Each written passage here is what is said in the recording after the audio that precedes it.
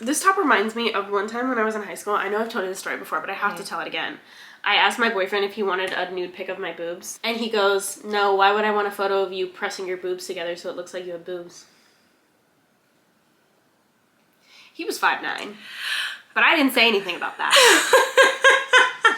I feel like, you know what? It's really hard living in a world where, like, whenever someone does the Cynthia Erivo, like, Defying Gravity run, I always come and back them up with the subsequent backup vocal. But when I do it, nobody does it for me. I didn't realize that's what that was. I'm always doing it for other people. Like, why are people not backing me up with the backup vocal? Right. Okay. Look at this mug. Alrighty. Hi guys, welcome back to another episode of A Literary Tasting. My name is Jessica. And my name is Annie. And today, every week on A Literary Tasting, we have a drink, we read a book, we complain. However, it is 1:15 p.m. And when we started this podcast, we were kind of like low-key like alcoholics, and now we're not. So we're not having a drink at 1:15 p.m. anymore. Yeah. It's just not happening. No. Yeah, we started this podcast at a different time in our lives where we were like, fuck it, we'll have I might as well just drink every day. Yeah. If I'm gonna be a receptionist, yes, I'm coming home and drinking an entire bottle of wine. I don't know what else to tell you. Yeah. Different times now. It's 1 p.m. on a Saturday. We're not doing that. We are, however, drinking out of hot dog mugs. Having and a coffee. We're reading Witchcraft for Wayward Girls by Grady Hendrix. And let's just get started. Let's get into it. So I'm gonna give a little brief synopsis here. Real quick, to give like a really quick thing. Our story follows a girl named Neva, who for the majority of the book is called Fern. And she's a 15-year-old pregnant teen who is sent to teen, more like pregnant queen. Pregnant queen, okay? Did you guys know that the medical term for a cat that's lactating is a lactating queen? That's the medical term for it. That is so cute. Yeah. That is so cute. Wait, I love that. So she's a 15-year-old girl who goes to the Wellwood Home for Unwed Mothers in Florida, where she meets other teenage pregnant girls. And basically they start to dabble in witchcraft while they are there to try to take back some autonomy over their bodies and their situation. Hijinks ensue. Now for a little bit more like background on this book is set in the 1970s. It's a horror fantasy about a home for unwed mothers, obviously. It explores, basically, it's rooted in a lot, obviously the story is fiction, but it's rooted in a lot of actual history about basically maternity homes that existed in the States and in Canada that were institutions that were around in the years before Roe v. Wade. And basically they were offered for people who wanted to ship their kids away. Yeah, hide their children for the duration of the pregnancy. Yeah. From when they start to show. Yeah, because they were basically ashamed. They didn't want their children to like be, they didn't want that to be seen to be like, oh, your kid is pregnant. They were really ashamed and they thought it was sinful, and they just didn't want their kids to have any autonomy over their body. They were like, you're gonna go here, you're going to get rid of the baby, we're basically gonna get rid of you, and then we'll bring you back when the pregnancy is everything finished. Can go back to normal. Exactly. Once you get rid of the sin. Yeah. And obviously this is fiction and there's a lot of like fantastical horror involved in the plot. There's a lot of examination of like social stigma with teenage pregnancy, body autonomy, patriarchal society. There's a lot of like heavy themes in this book. And that brings us to our trigger warnings. There's a lot for this book, so really make sure that we want to mention these, and that if you are not able to, like, if it's not something you want to hear about, that's totally fine. This Totally was fine. a heavy, difficult read. Yeah. I would stay away from it if you are not interested in reading about racism, gender discrimination, pregnancy loss, suicidal ideation, emotional abuse, graphic depictions. Very graphic of childbirth. Child sexual abuse. child abuse, and rape. A lot of them for this book. So if those things you can't, that's okay. We'll catch you next time. But make sure you hit that like button and subscribe though before you go. For sure. And if you have friends who are like, this seems like a book they would like, send it their way. But obviously, you know, we understand and we get it. Now for our cast of characters, we have a couple characters here. Now with this book, the characters came flying to me. Oh, I thought you were gonna say there were a lot of characters. There were a lot of characters, but they came to me. You saw it in your mind's eye. They were there. I was basically picturing like the cast of Once Upon a Time in Hollywood. They were referencing the Manson murders a lot, and so I was obviously thinking about Margot Robbie and good name, Margaret Qualley. I can't believe I almost forgot that. Oh my god.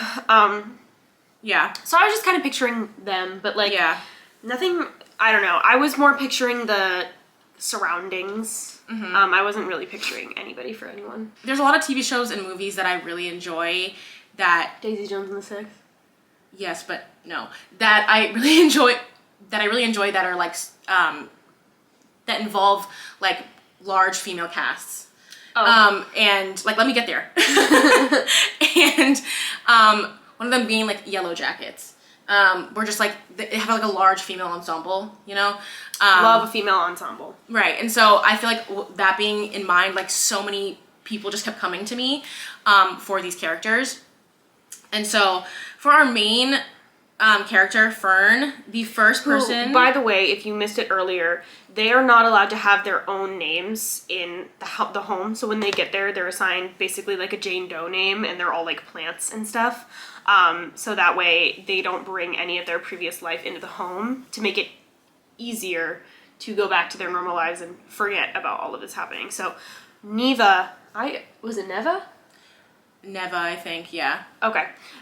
So Neva becomes Fern. Yeah. And we're gonna refer to her as Fern because that's how she's referred to throughout most of the book. She's only called Neva for like the first chapter.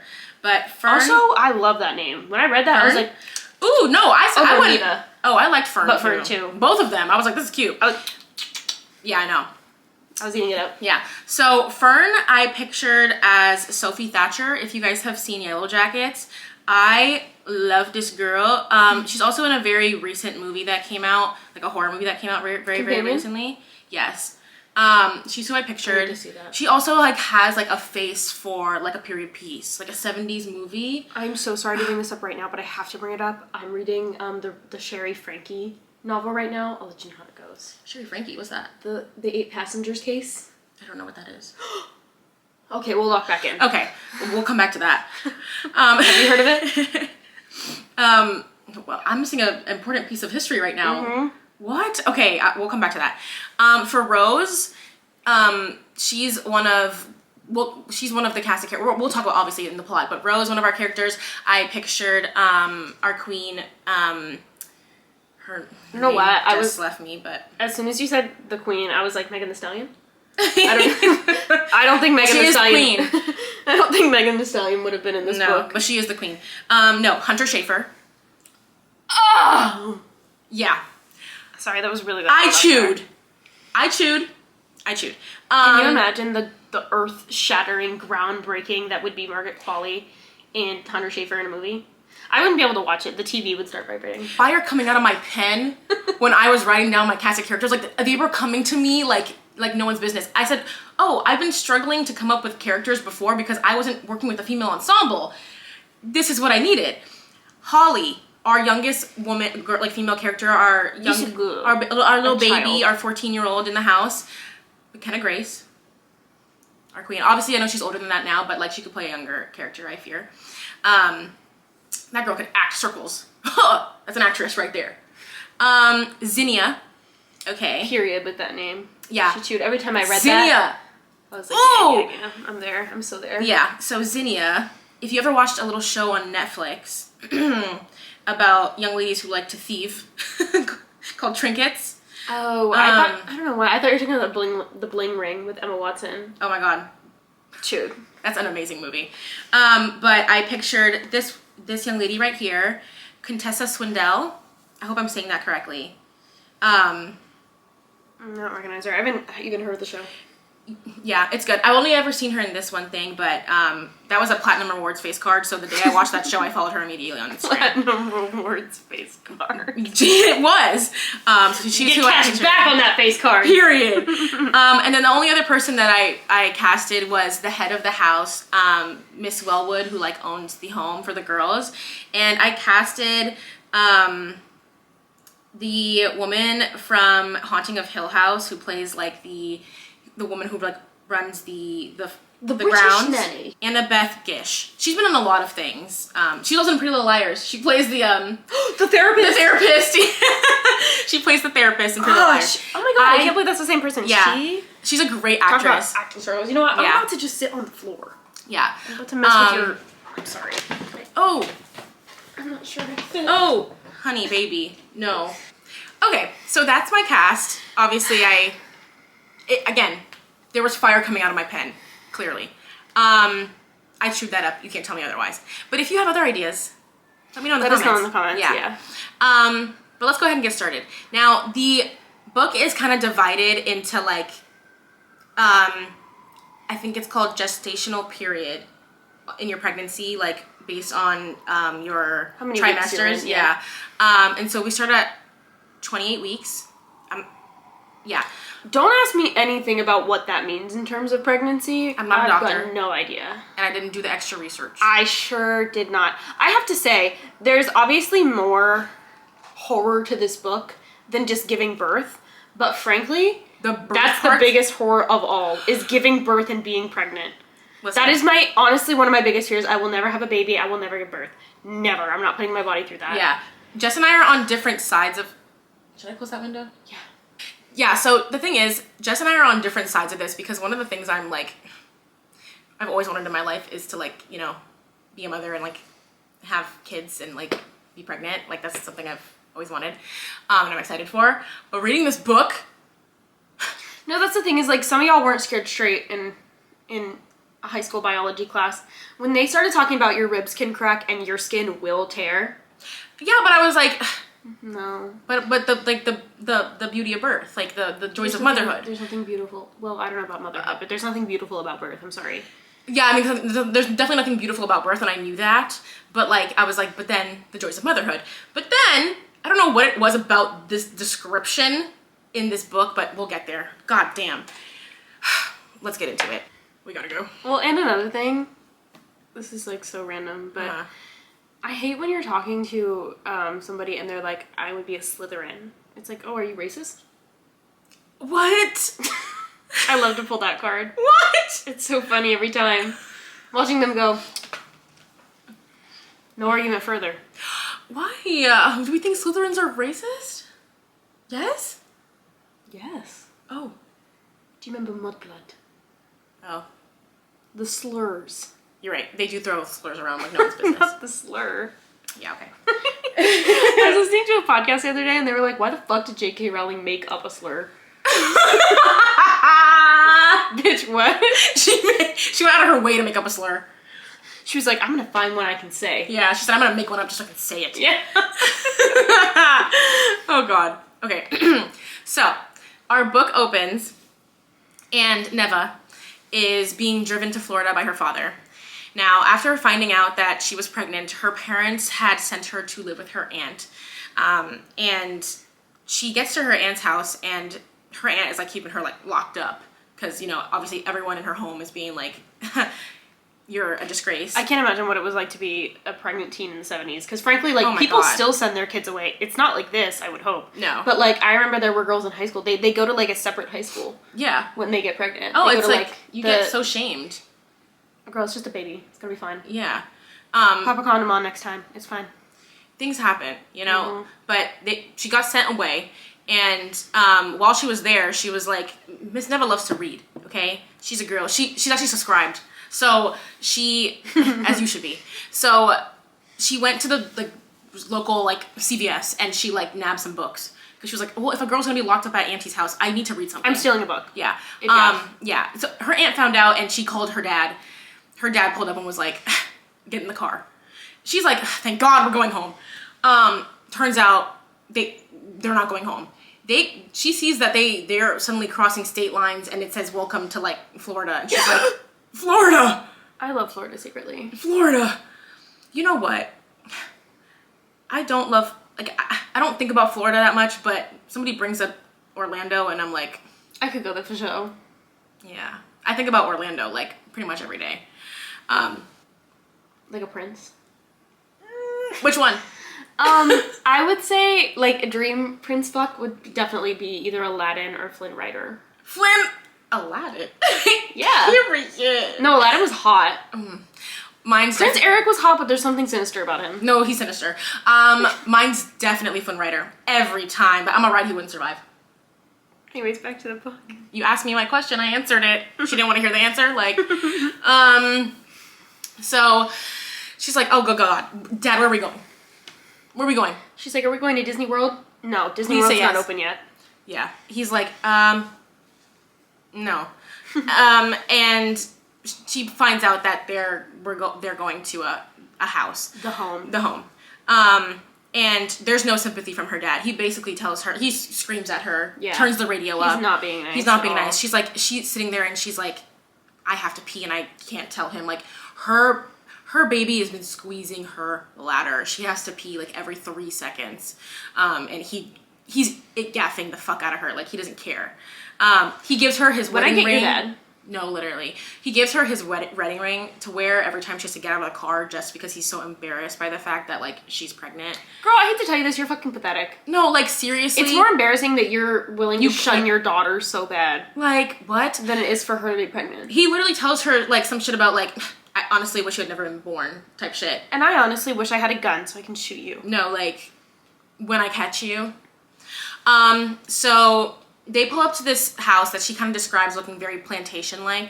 She says it reminds her... Just for the viewers at home, Annie put in parentheses, Gone with the Wind.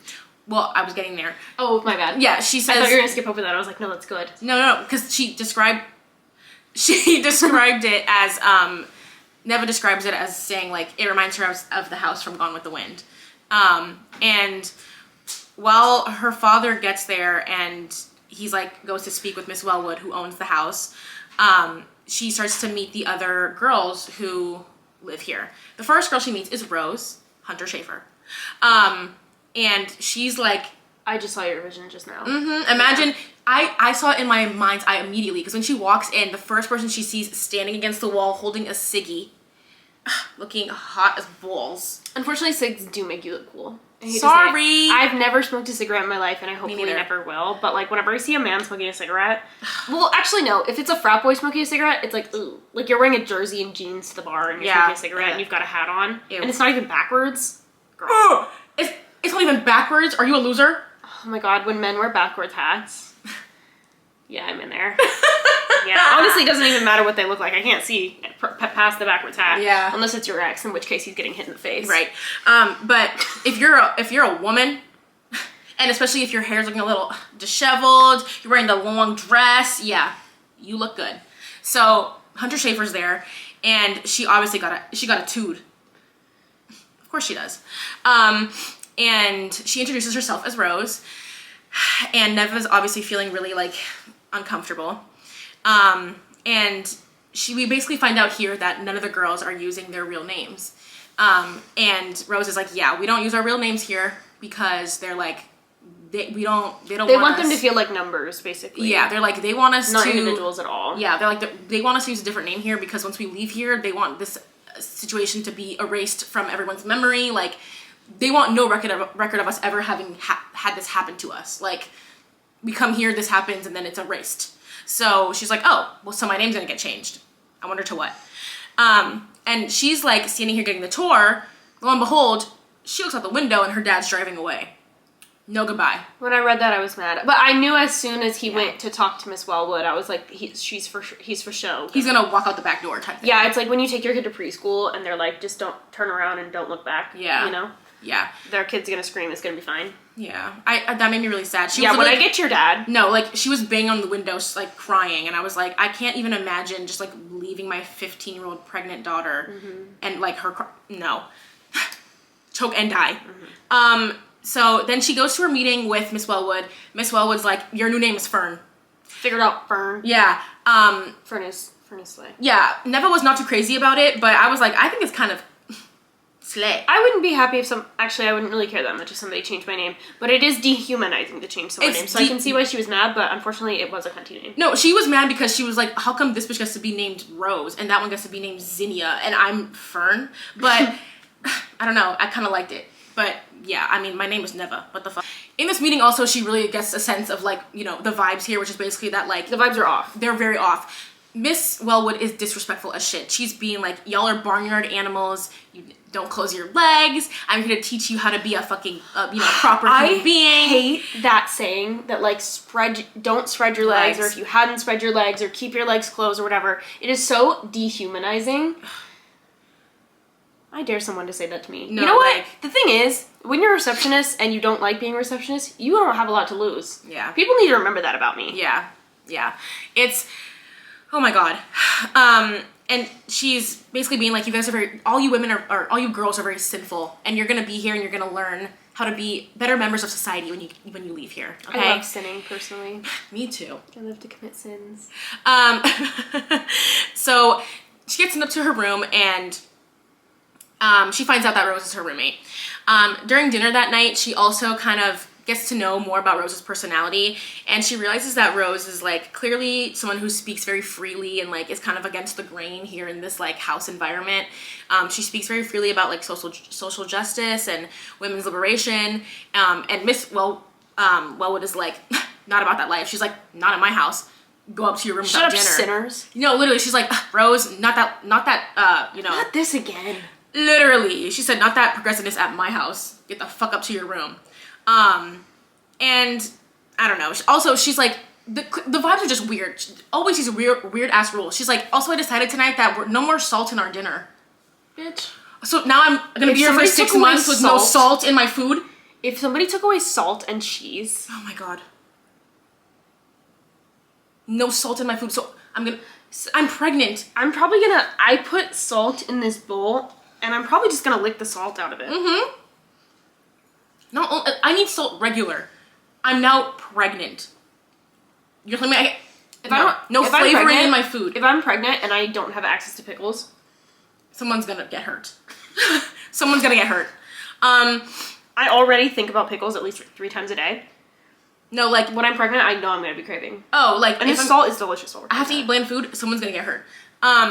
She also tries to like talk to the girls on the first night, and all of them are looking at her like, oh my god, yeah.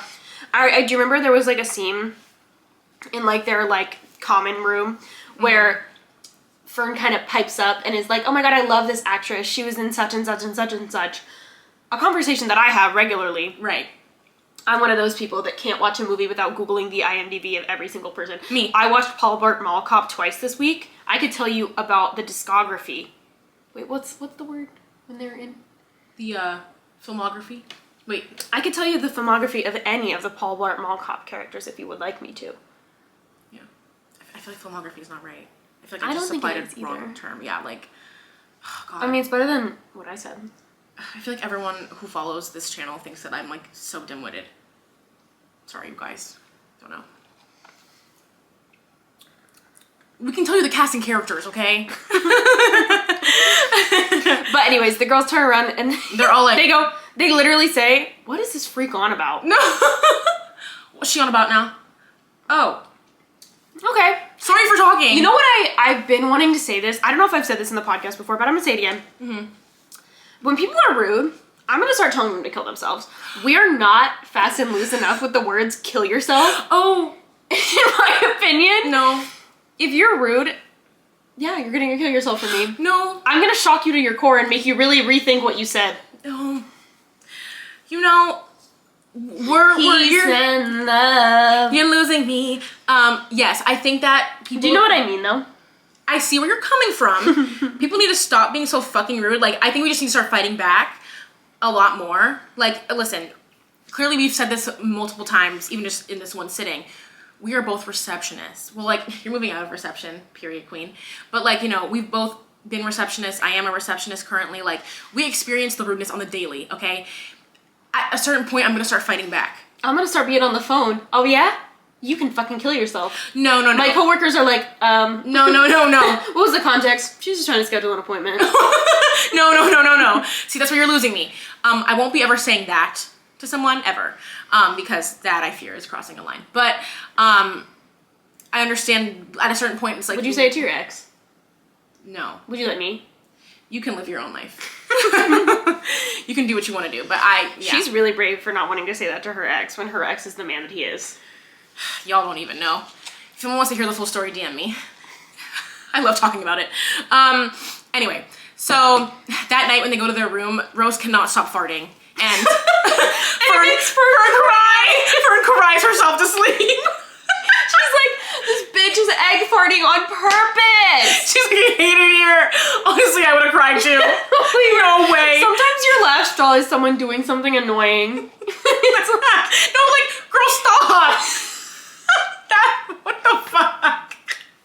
That made me laugh. It just was a silly scene to include. No, it was so funny. I was like, what the hell? Now the next morning, she has her first appointment with Dr. Vincent, who is like the doctor on staff. I was picturing Dr. Now. Who? From My 600-Pound Life, Dr. Now. Please. Oh my god.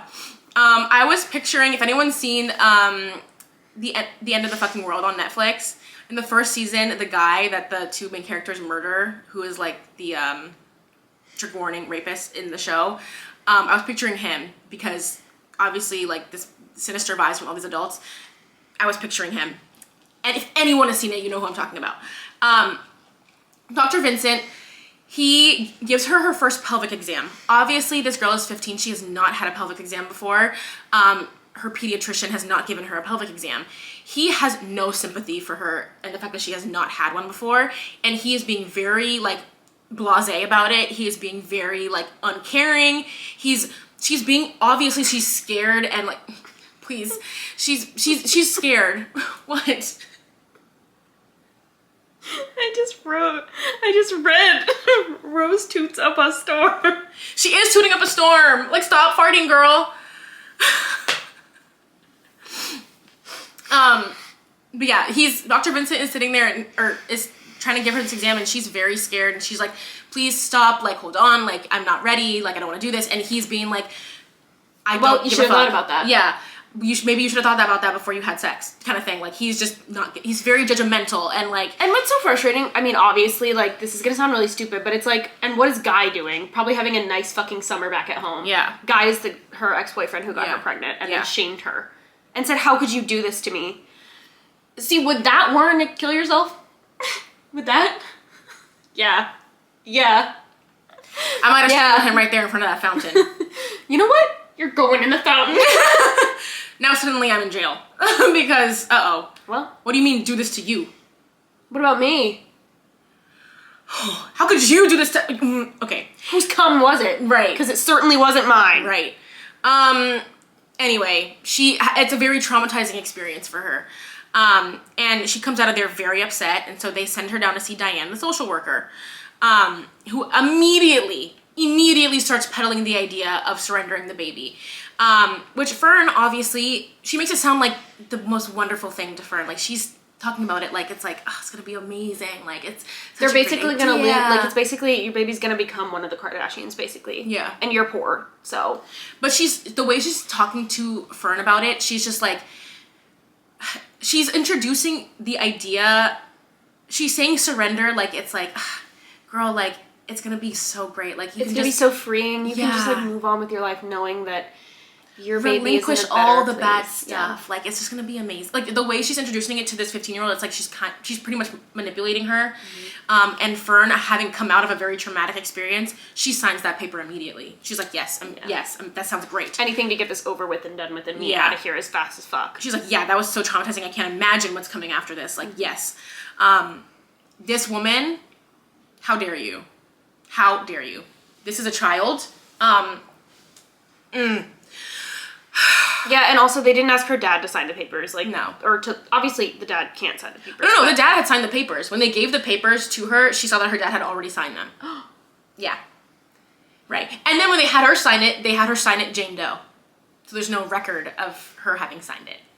Well, then how's it legally binding? Right. Also, it's like your dad's name is on it, so obviously they're gonna do the math. Yeah. Okay. So Miss Wellwood also got these girls working like dogs. Okay. She has them literally like working like all day, all night. They're cleaning the floors. They're doing dishes. They're like sweeping. Yes, I do the cooking. Yes, I do the cleaning. Like they're working. Vacuuming she's like, the carpets. Yeah, she's like, if you're gonna be here, like you're gonna learn how to be like a better woman on the other It's side. how they pay for their room and board. Bitch, I don't want to be here. Right, girl. I came here against my fucking will. Girl, I'm pregnant. I'm sitting the fuck down. Right. Also, I'm fucking pregnant. Are you kidding? I'm not like, vacuuming the carpet. I'm pregnant. Right. No. Except for the girls who are like, their parents like pay more or something. They don't have to do it, and so apparently Rose doesn't have to because she's like, also she's like I'm not fucking doing that. She's You like, said, if I were Fern, I'd be so mad at my dad. You said you couldn't spend the extra $300, really? right. You sent me here already. You couldn't spend the extra $300 that I didn't have to vacuum the walls? Right. Why am I cleaning the walls with a toothbrush? Oh, you gotta be fucking kidding. But of course, Rose is like, I'm just not fucking doing that. Like, sorry guys, I'm not doing that. So everyone else is cleaning all day long and she's sitting over there smoking her ciggies because she's like, I'm just cool and I'm not fucking cleaning. Sorry guys. And mind you, she's also like, they're also all day talking, like, these girls become very close because they spend all day long together. They can't leave this house. So they spend all day long together just cleaning, eating, going to sleep. Repeat every single day. And while they do that, they learn a lot about each other. They watch TV together. They talk about their horoscopes, but they're not allowed to talk about their lives before coming here at all. But Rose, on the other hand, she's like, you guys, I don't know about y'all, but I'm keeping my baby because all the other girls have been basically like They're excited Fern. to get rid of the baby. Yeah, like Fern have been like, you know, this is the right thing to do. Yeah. The moral thing to do is to give up the baby. Exactly. So they've all basically signed that paper being like, I'm gonna surrender my baby. But Rose is like, I'm keeping my baby. I'm gonna name her Blossom, and we're gonna go live on a farm. So cute. And so sweet, so cute. And everyone's like, oh my god, like, that's crazy, girl. And she's like, yeah, no, like, I'm keeping my baby, and it's gonna be awesome for us. And everyone's like, she's wild for that. Everyone kind of thinks of Rose as like a fucking wild card, crazy, like, hippie girl. But she's boots cool. Now, I was on her side, frankly. Oh, me too. I loved her. Dr. Vincent also gives them hella lectures about, like, you know, how Dr. Vincent needs to learn to shut the fuck up. No, like, he needs to get stabbed. Stop talking on women's issues. Stay out of women's business.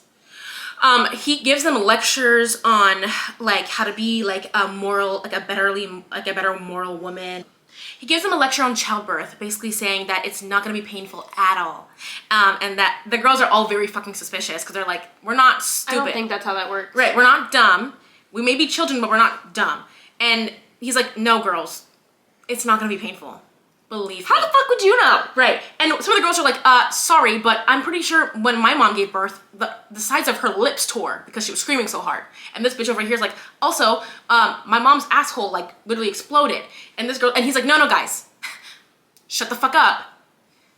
It's not gonna be painful. Trust me, okay? Stop talking. It's not gonna be painful. And they're all like, okay, ha ha ha. Now, trigger warning for what's I'm about to say. There's a very terrifying scene that I'm about to talk about. Okay, so then that night, Fern gets up to go to the bathroom because, again, her baby is like constantly having her go to the bathroom all the time. She gets up in the middle of the night to go pee, and she walks into the restroom and she finds Myrtle in the bathroom experiencing a miscarriage. And it is a very, very graphic scene. It is very, very graphic. I'm not gonna, like, obviously go into all the details, but it is, she kind of like peeks underneath the stall of the bathroom and finds Myrtle just in a very, like, horrifying scene. It's gory. Very gory, horrifying scene. And basically the doctors had always said, like, 2 weeks before your due date, like, let us know when you start to feel symptoms of, like, childbirth so that we can, like, start monitoring you and then take you to the hospital before your birth. And she was experiencing a miscarriage. Like, she wasn't actually, like, you know, about to give birth, so to speak, I think. But basically, she goes and gets a nurse, they take her to the hospital, and the next morning, all the doctors are like, you see, girls, this is what happens when you don't follow the rules and you don't tell us when you're experiencing your symptoms. Now look, she lost her baby. You see what happens when you don't follow the rules? Everyone's sitting there like, oh Lord, are you fucking kidding me? And Fern is obviously traumatized from seeing that. I mean, she's the one who found her. And I mean, I can't even imagine, like, it is, the way they describe it is, I'm not going to get into it. It is just extremely gory. And I can't even imagine seeing that and then also being like, oh, I'm also carrying a child in this exact, like, that could be me, and I'm 15, right? So she's like, I'm now fully realizing that, like, the adults around me have all been lying to us, and they do not have our best interest at heart, and she feels very alone. She's starting to really gaff. Yeah, she's like, oh, like, it's time to gaff. Yeah, she's like, I'm starting to really realize that they don't give a fuck about me. Not long after, Dr. Vincent tries to make her drink a liver smoothie. Why the fuck? And she's like, I can't fucking drink this. And for whatever reason, Rose walks in the room and she just downs that hoe and she's like, I got you, girl. And she's like, hold on. That's my queen right there. That's my queen. That's Hunter Schafer right there. That's Hunter, period Hunter Schafer. And she's just really touched by it. Now, a couple days after that, a new girl shows up, Zinnia. And everyone in the room, okay, again, another trigger warning for racism. Everyone in the house is like, a black girl showed up. She's shocked that a black girl has shown up at the house. And they're like, I can't believe she's here. We're in Florida. Like, yeah, and she does mention that she was like, yeah, my mom made me lay on the floor of the car. Yeah. And we didn't make a single stop. I hadn't peed in like 3 days because we were too scared to stop at any rest stops. Yeah. And it's like the fact that your mom was willing to drive through Florida, if it's like that's scary for y'all to be driving through Florida. It's serious. To bring you here. Oh man, now I feel bad that I said I love Florida. I take back what I said. Yeah, Florida's not. Anyway, it's like, how ashamed do you have to be of your child? To put yourself in danger. Your child and her unborn child not even in danger. Clearly you don't care about your kid. To put yourself in danger. Girl. So they get there, and Zinnia, from the moment she gets there, you're like, ooh, this girl experiences some crazy nausea. She is constantly vomiting. You're like, her symptoms of nausea are crazy. Now, the Mrs. Wellwood is like, okay, Zinnia, you're gonna sleep in the fucking attic. Girl. What? Rose is like, segregation. No. And Miss Wellwood's like, fuck, God, if you give up your bed then, Rose. And she's like, I will. No, literally, she's like, okay, I love you, now? Rose. I love you, Rose. She's so cute. And she's like, okay, I will. So Rose moves up to the attic, and Zinnia moves into the room. So now it's Zinnia, Fern, and their third roommate, Holly. I forgot to mention Holly and all this, but yeah, Holly's been in the room with them this whole time. She just never talks. She doesn't speak, like, at all. Everyone thinks that she, like, has some kind of, like, mental impairment. And that's why she doesn't talk. So she has not spoken, like, this whole time. But it's them three in the room, and then Rose now moves up into the attic. Also, Zinnia makes some, like, offhanded comment about how she loves the book Rosemary's Baby. And Fern's like, wait, I love that book too. Is that new bestie? Yeah. She's like, thank God I'm not the only freak in the house anymore. I'm tired of getting called a freak every 5 seconds. I know. She's like, oh, thank God. A new friend. So now we move on to our 30 weeks. Things start to get a little bit more serious. Yeah. So Fern and Zinnia, they're bonding over their books, and with the other two girls, Holly and Rose, they're like, okay, let's all, like, take 4 books out of the bookmobile that's coming in a couple weeks. It's like a traveling, like, library. We have one of those in my neighborhood, actually. That's so cool. That's such a cute idea. It's like a traveling library that comes, that, like, you can check books out of, and then when it comes back. It's like a modified, like, little school bus. Yeah, and then when it comes back, you can, like, you know, put it back, get some more, which is such a cute idea. Which is, like, nice that it's stopping at this home so that these girls can at least read some damn books. Holly and Rose gaff about the books, but these two are like, we only get lock in. We only get 2 books, and if you guys get books, then we get to read 4 books. So y'all gotta get something. When the you know, the bookmobile comes, they get on and they're having a hard time finding the books they want because the nurses are like, you can't read anything that I disapprove of, and she's disapproving of literally everything. What's the point of the bookmobile? Right, and also she gives him like 30 seconds to like pick something out. Well, also, like, girl, why are you acting like you're my teacher? We're gonna know each other for like 6 months. Let me get the book I want. Do whatever, like, leave me alone. Do you have to do this? Right. So Fern is I vacuumed the walls today. Can I get a book that I like? Right, just let me. Did you not see me mop the ceiling? Like, I'm so bored out of my mind. I want to get a book. I'm 6 months pregnant. Let me read what I want to read. No, the thing is when I'm 6 months pregnant, y'all think I'm telling people to kill themselves now? Oh my god. Yeah, my tune's gonna change when I'm 8 months pregnant. I'm not gonna be nice. I can't even imagine. But Fern is in there and she's like, oh, okay, like it's giving, I'm not gonna find a book, so I'm sorry, like, oh god. Thanks, but then Queen. as they're walking out, the librarian is like super nice, by the way, also. She's like a really cute older lady, and she's like, I can help you find what you want. Like, what do you want? And she's like, honestly, like, in that moment she remembers that, like, you know, wait, I actually kind of want to know about childbirth and like womanhood and like, you know, what's happening to me, because she remembers in her back of her mind, she's like, I actually don't know anything about what's happening to my body because they're not telling us shit in this house. And she's like, oh, well then I have a book for you. And she pulls out this little like tiny little red book and she gives it to her and she's like, you take that, girl, take that home. I have that for you. That's for you. And she's like, okay, thank you so much. Also, she's sitting there and she's like wiggling and she's like, girl, do you have to pee? And she's like, I do have to pee, I have to leave. And she like goes and like adjusts her stomach. She like lifts her stomach up and like shifts it a little bit. And suddenly she don't gotta pee no more. And she's like, how did you do this? And she's like, girl, any midwife could have done that.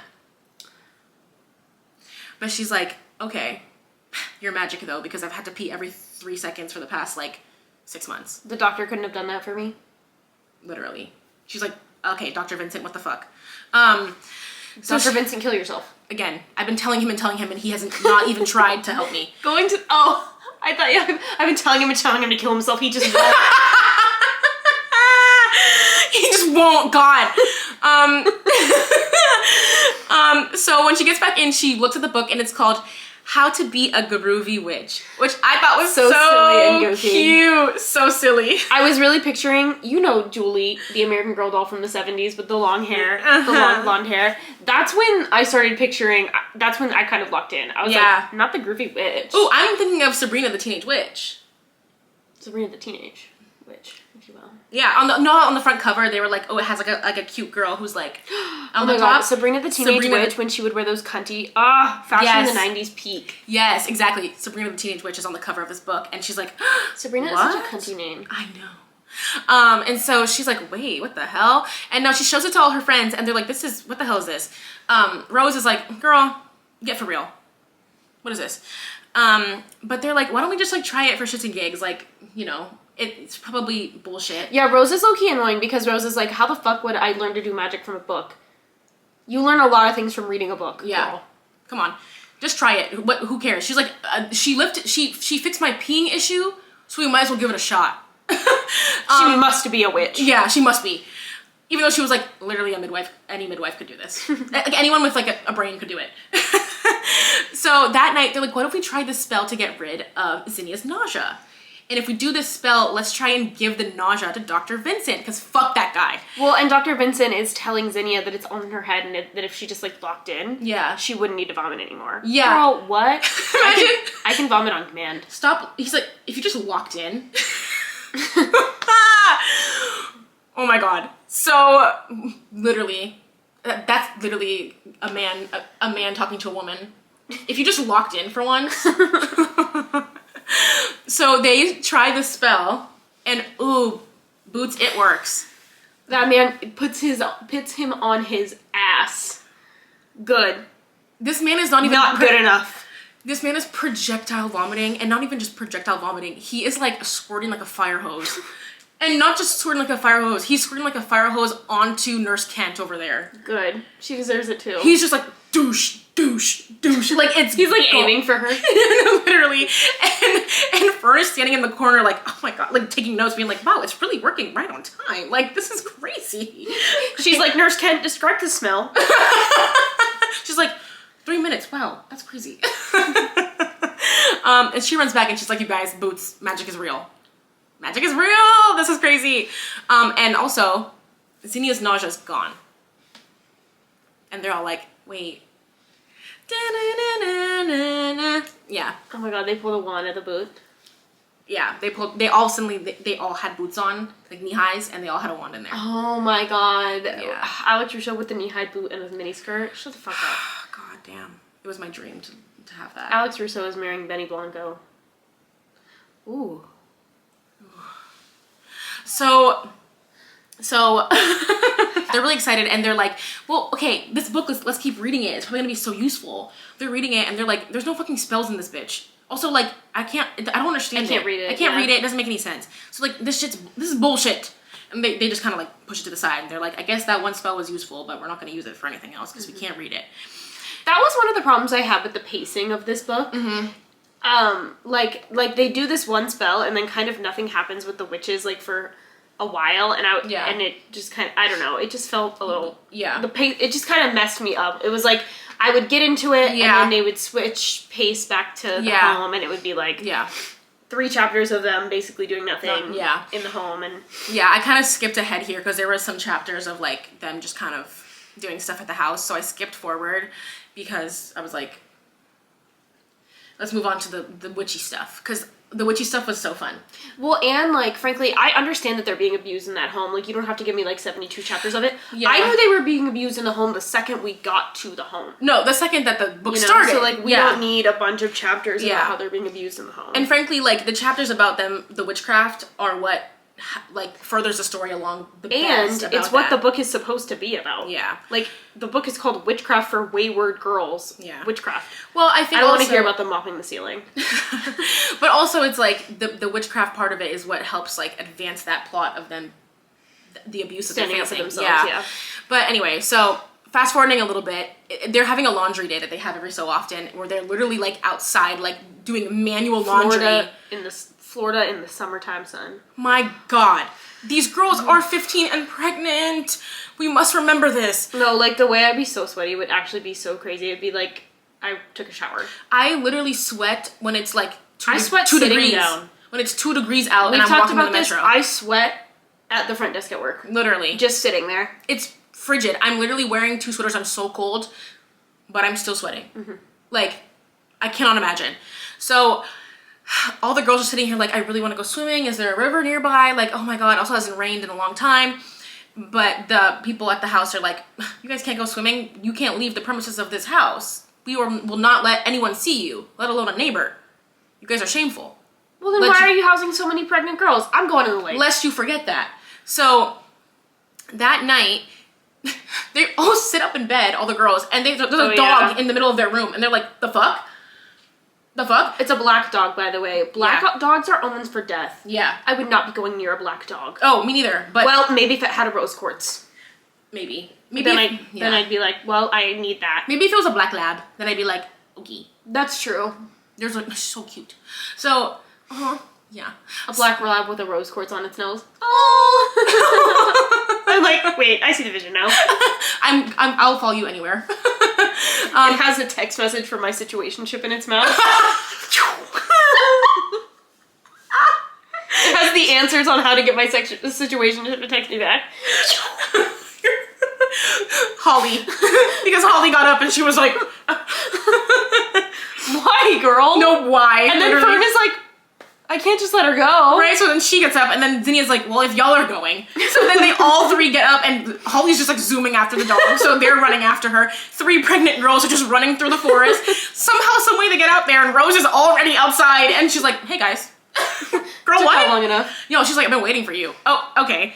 So then all 4 of them are walking and following this dog. The dog leads them to a river. They're all looking at each other like, so we finna text message from my situationship, rose quartz, black lab. I'm getting in the river. Cameron's about to die. Ooh. Okay, so they're standing at the river and they're like, we're getting in, what the fuck? So they're swimming and they're having so much fun, and of course some bitch has to come ruin it for them. Oh yeah, no. And they're swapping stories and talking about like their lives before coming to the house, which they're not supposed to do, but like they're finally having a moment of like really bonding together as women, and like a sisterhood. Yeah, they're having a sisterhood moment where they're like really bonding, and they're all talking about how they got pregnant and who their BD is basically. Zinnia's like, you guys, I'm not really sure how I got pregnant. Like I took a birth control pill every time I had sex, and Rose is like, You dumb bitch. I'm gonna hold your hand when I say this. You dumb bitch. And Zinnia starts cackling. She's like, LOL. No wonder it didn't work. No wonder. And they're like having fun. Got it. Yeah, they're having fun hanging out, just like all swimming together. And then, of course, they look over. Some bitch has to come ruin it. And not just some bitch, the fucking librarian from the bookmobile. Boots, what are you doing here? You might not understand why we're bootsed already. Yeah. Why we've already got our boots on. We took our sleigh boots off. Yeah. For this, but we will get there. Yeah, because at first I was like, Hey queen. Hey queen. But I will say, so this book is written by a white man, which I do feel like is important to note. Yeah, and we'll get there at the end. He did kind of he was like, her tits were saggy and her stomach was saggy and she was disgusting looking. Yucky. Yeah, for sure. You can be a villain and like not be sexist. You can make your villain a woman and not be sexist about it. Right. She can be an older woman and not a huge fan of that. Yeah, she can be an older woman but not describe her as being like saggy, gross and saggy and blah, blah, blah. Like we don't have to do all that. Like what? I know. The term calling women saggy. I was literally just about to say that. Men have come up with so many ways to dehumanize women. Yeah. And it's like I feel like saggy's another like one of those. Like and saying that they smell fishy when it's like, frankly, I've never smelled a penis that smells good. So I actually don't want to hear no nyeh about women and their fish smell when it's like women don't smell like fish, and if they do, it's because they have an infection. Yeah. And that's fixable, babe. Yeah. Can't fix the fact that you look stupid in a backwards hat. Yeah. It's called bacterial vaginosis. Look it up. You go to the doctor, you get that, you get it figured out, girl. Yeah. And you know how you get it? From a man. From a man. God damn. Oh. So they're standing there and they're like, Ariana, what are you doing here? And she's like, so, you guys read my book? And they're like, let's do a blood oath. Oh. And they're all like, what? I think we're gonna go back to the house. And she's like, no, if you want to read my book, then you're gonna have to do a blood oath and pledge your allegiance to me and my coven. They're like, wait, girl, what are you talking about? And she's like, well, the thing is, I'm a witch. And if you read my book and you did my spells, and I know you did my spell because the thing is, that girl's not throwing up boots anymore. And Zinnia's over there like, and so they're like, oh, okay. And so they're all like slowly backing away. And she's like, no, you guys. The thing is, she's like, it's not funny, babe. It's not funny. Pledge your eternal devotion to me. And then we'll be all set. And then they're like, again, trying to leave. But then Holly pipes up. Mind you, Holly has not spoken this whole book. They think that she's like, doesn't talk. And Holly pipes up out of nowhere. First time they've heard her voice. And she's like, yeah, please can we do this because I'm having God's baby. And I don't want to go. Mind you, Holly's like 14. Holly's 14. Keep that in mind. Yeah, we need to remember that Holly's 14. Now, again, I'm giving another trigger warning. Big trigger warning. Big trigger warning here for child molestation, rape, sexual violence towards a child, sexual abuse. This is when Holly kind of tells her story about how she ends up at this house. So basically, she goes on to say, I know that I'm not actually having God's baby, but back home, my community was part of a very Christian church community, and led by Reverend Jerry, who was a very representation of God. And Reverend Jerry took advantage of me, and every pretty much every day he would rape me. And she basically says that he repeatedly did it for years and years, starting when she was like 7 years old, I think. And says that her parents basically knew about it and let it happen. And they also don't believe her. Yeah. Somehow, this is all still her fault. Yeah. She's told her parents, she told her siblings. They all were kind of like, not. That's the Reverend though. Yeah. So. They were like, that's. Who gaff? Yeah. They were like, what are you talking about? And then when she finally got pregnant and she was like, it's Reverend Jerry's, they were like, no, and also you're coming to this house. And you're a whore, because who have you been having sex with? Yeah. Call a 14-year-old a whore. God. Out of your goddamn mind. Right. This girl is like 14 years old. And so at first, obviously, while the girls are hearing the story, they're like, what? Because they're also like, how could the Reverend, whatever. But then as they're hearing the story, they're all like, oh my fucking God. And on top of that, the person adopting Holly's baby is the Reverend. So not only is she going to have to go home and probably face more abuse from this man, there's a chance that he's probably going to abuse her daughter as well. Yeah. And she has to watch him, this horrible, evil man, raise her baby. Yeah. So Reverend Jerry, when I catch you. Yeah.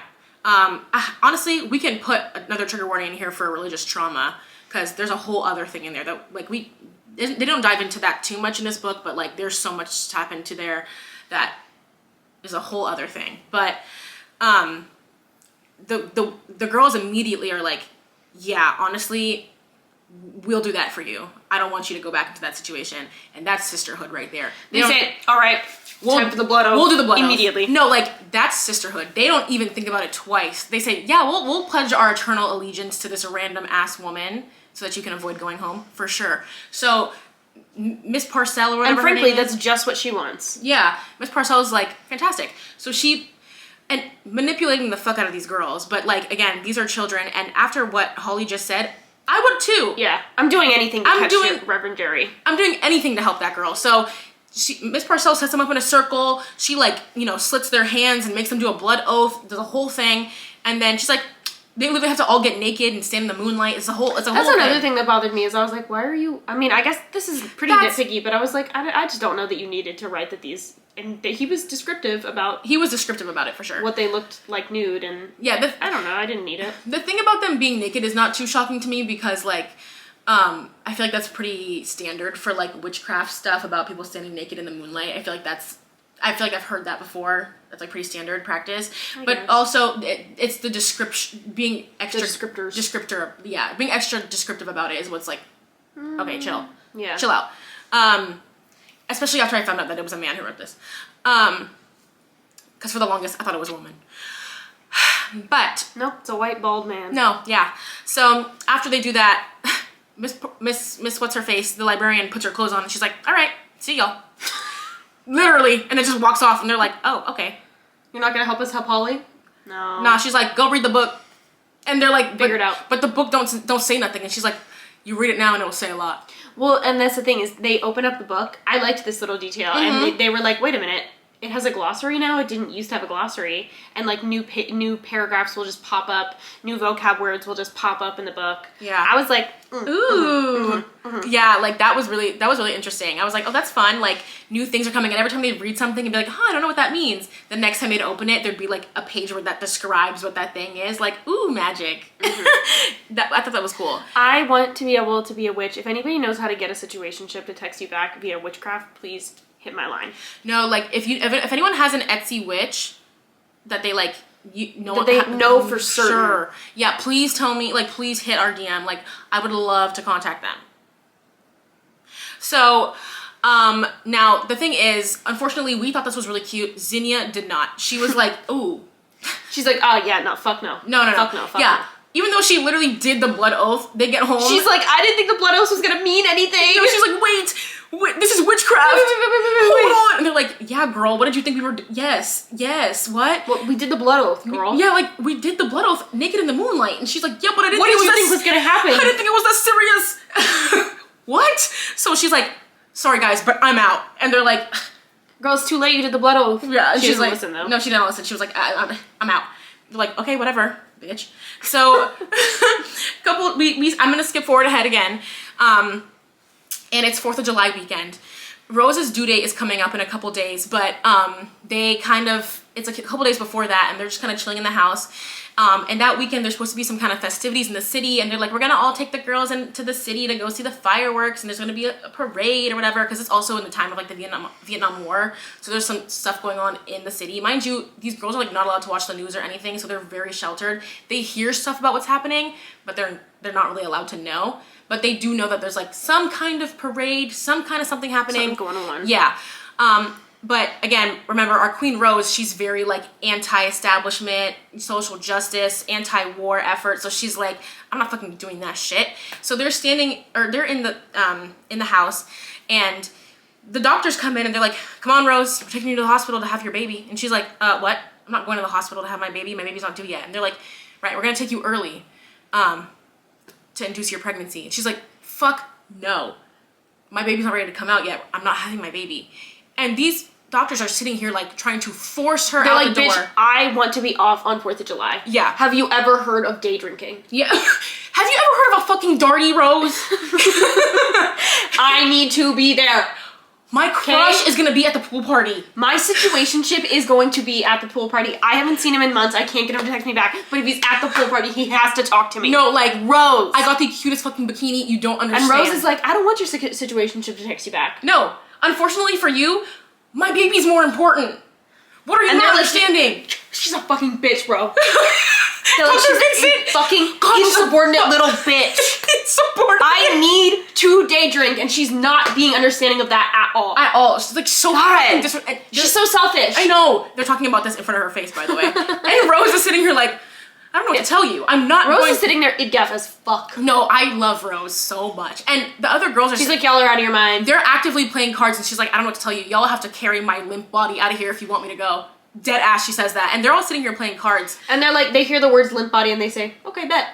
Unfortunately, yeah, they come in and they dead ass, like, inject her with some shit. Poor girl. They literally carry her limp body out of there, take her to the hospital. We did forget to mention this, but apparently the Diane, the social worker, went in there and was basically like, Rose, it's time to give up your baby. You're poor and you're a whore.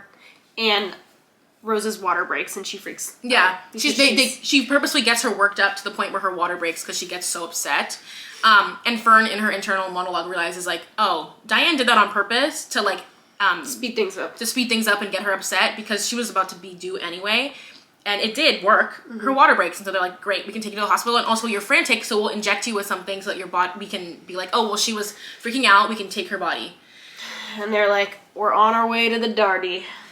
Mission accomplished. Right, she said, texted my situationship like, OTW. Give me 5 minutes. Y'all will not see heaven. All you adults will not see heaven, I promise you. Mm-hmm. Like, this made me so upset. Yeah. This girl, like, forcing her to induce her labor. We're sitting here laughing and joking, but it was not funny. Darty. It was the truth. Literally, like, we're laughing about it. They were like, I don't want to have to work on a holiday weekend. Literally, she's like, I'm not going to force you guys to make me, or I'm not going to let you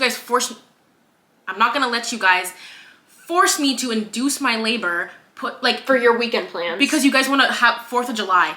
Are you kidding me? Yeah. That's unsafe for me, and that's extremely unsafe for my baby. Like, I'm not going to let you guys do that. Yeah. That's awful. They're obviously, it was big news in the house. The whole time she's gone, all the girls are talking about it. She gets back from the hospital, and when the girls have their babies and come back, they get put into like a separate house called the barn. With air conditioning. With air conditioning. And it's like their gift, their reward for doing the right thing. It's like they get to eat whatever they want and be in an air conditioned barn separate from the rest of the girls. Yeah.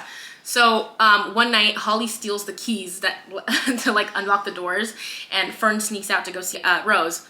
And when she gets there, she goes to speak with her. Mind you, like I mentioned earlier, the whole time Rose has been like, I'm keeping my baby, right? So they're all excited. They're like, we can't wait to see Blossom. Yay, baby. She goes there super excited, like, oh my God, let me see her. So excited. How was the birth? Like, you know, asking questions. When she finally like looks at Rose, she realizes that Rose is like, they beat her down. She's not okay. She's like despondent, like emotionally. She's like checked out. Emotionally, she's not there. And Fern's asking her about the baby, and Rose gets pissed. She's like, where the fuck do you think the baby is, bitch? Yeah. Of course I gave up the baby. Yeah. Because they forced me to. I couldn't even fight back. I couldn't even argue. Yeah, they Are you out of your fucking mind? Yeah. You fucking idiot. No, she's like, they threatened to institutionalize me. They locked me up, and they kept me in there for only like 24 hours, and I was in there with another girl who's been there for 4 months. And that girl was like, give them the baby. I've been here for 4 months. Give them the baby. Mm-hmm. And that's all it took. I had to give her away. Mm-hmm. And Fern looks at her and goes, how could you?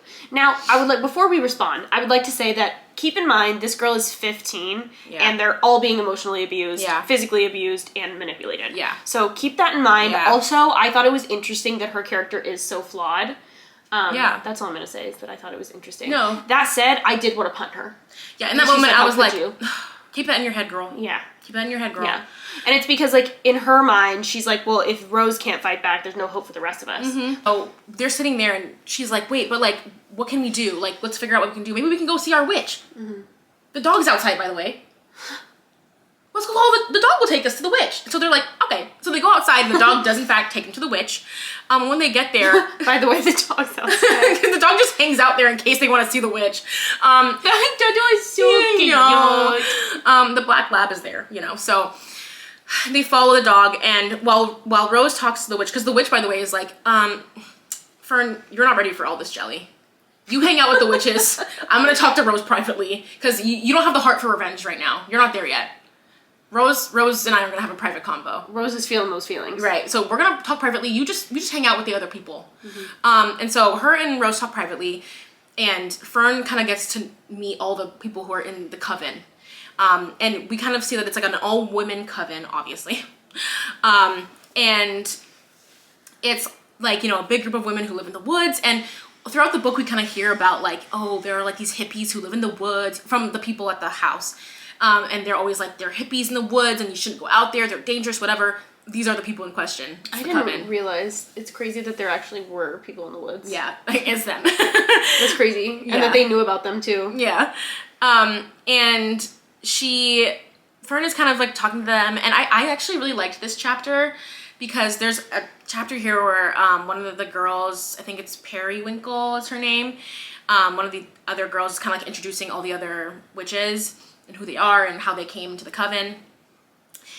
And she's kind of talking about, like, in her head, Fern is being like, this, I'm seeing this a sense of, like, family here. Like, clearly they're so connected to one another, and, like, there's a reason why we're all together and that we are, like, in the woods and we're constantly traveling. Like, men are never, ever going to accept us. They're never going to put us first.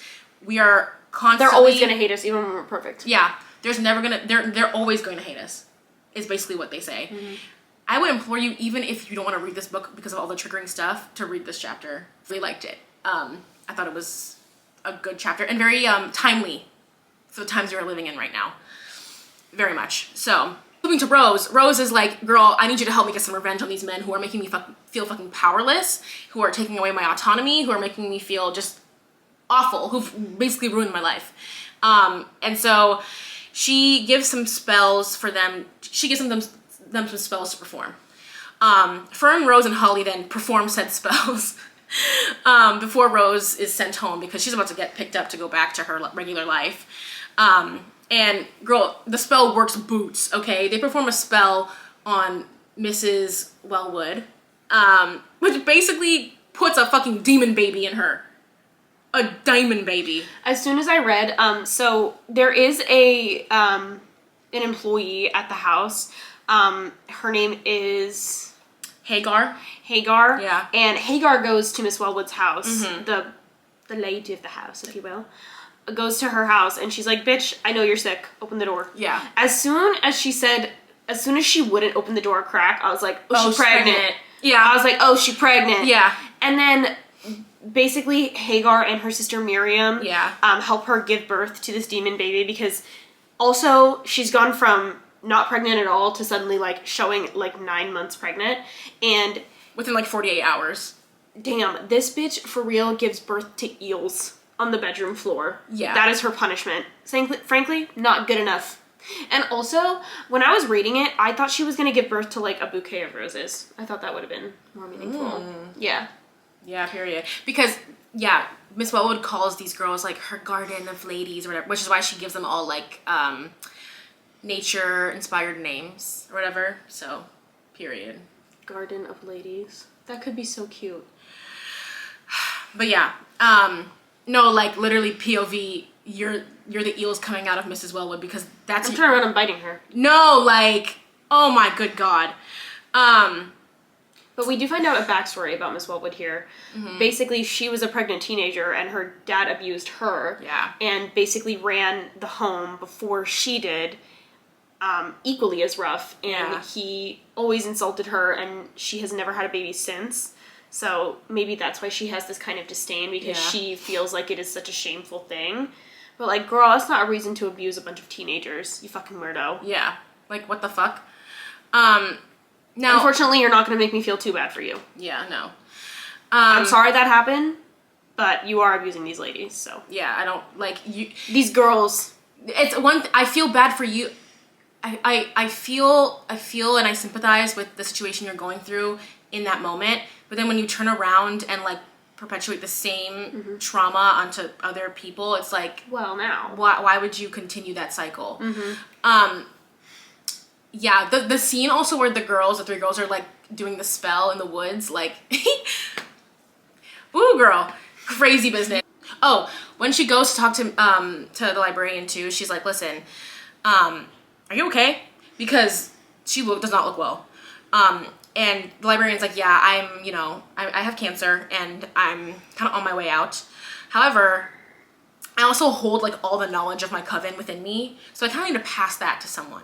And Fern is like, wait, maybe you can take Holly, because Holly doesn't want to go home to Rev and Jerry. Yeah. Perfect. Because we've been trying to find a solution to that, remember? This is why this is why we did the blood oath in the first place.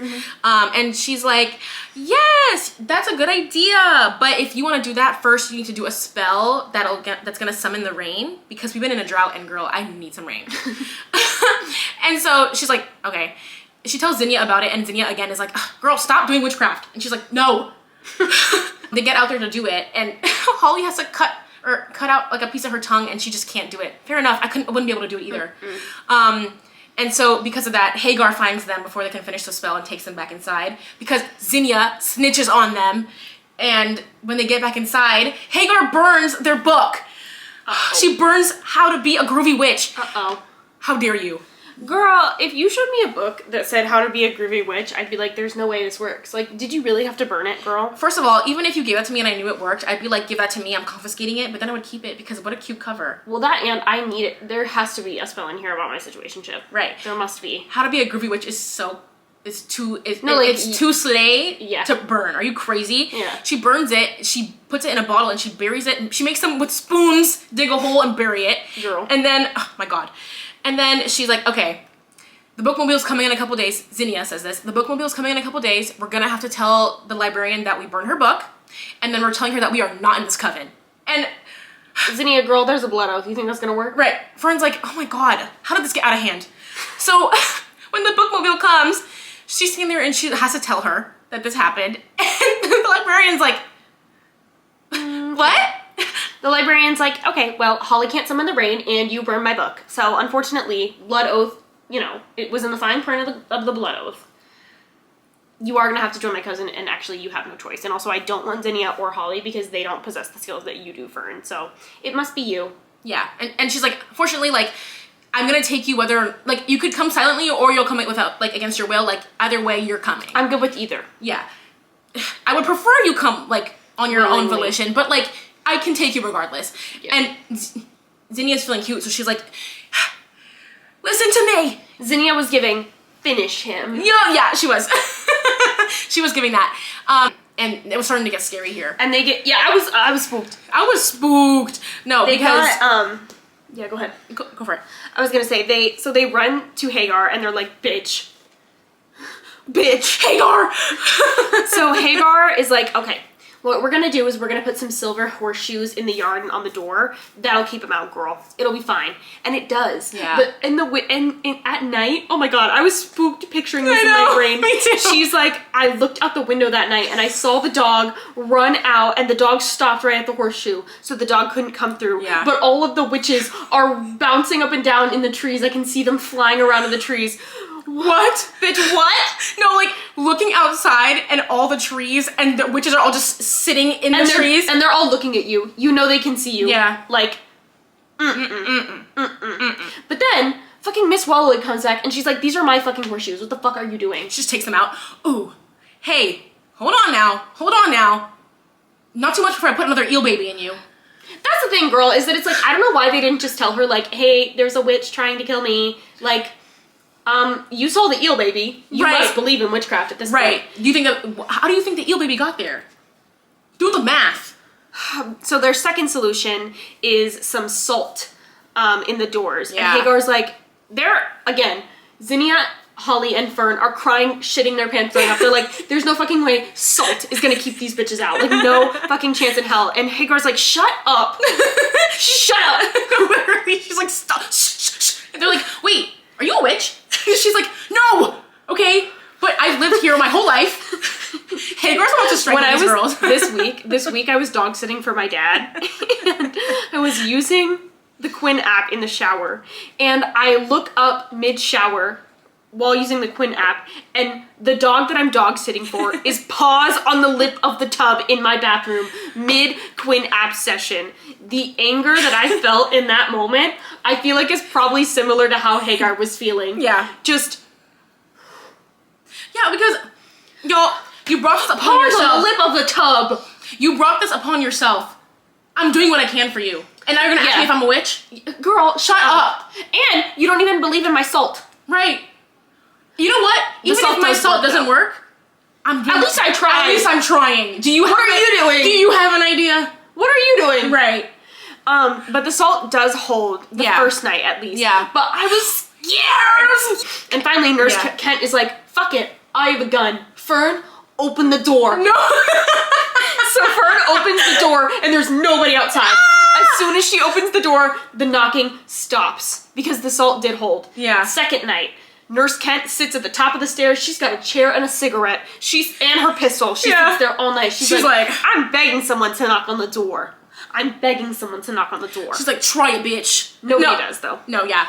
No, the knocking... third night, though. No, I was scared. Sinister! The way she describes it, she's like, the knocking sounds like someone who is purposefully trying to knock and scare me. Like, the knock is so, like, he describes it as, like, slow knock. I know, you know I'm here, and even worse, I know you're there. Yeah. I know you can hear me. Yeah. I'm about to do this to my situationship. The slow knock.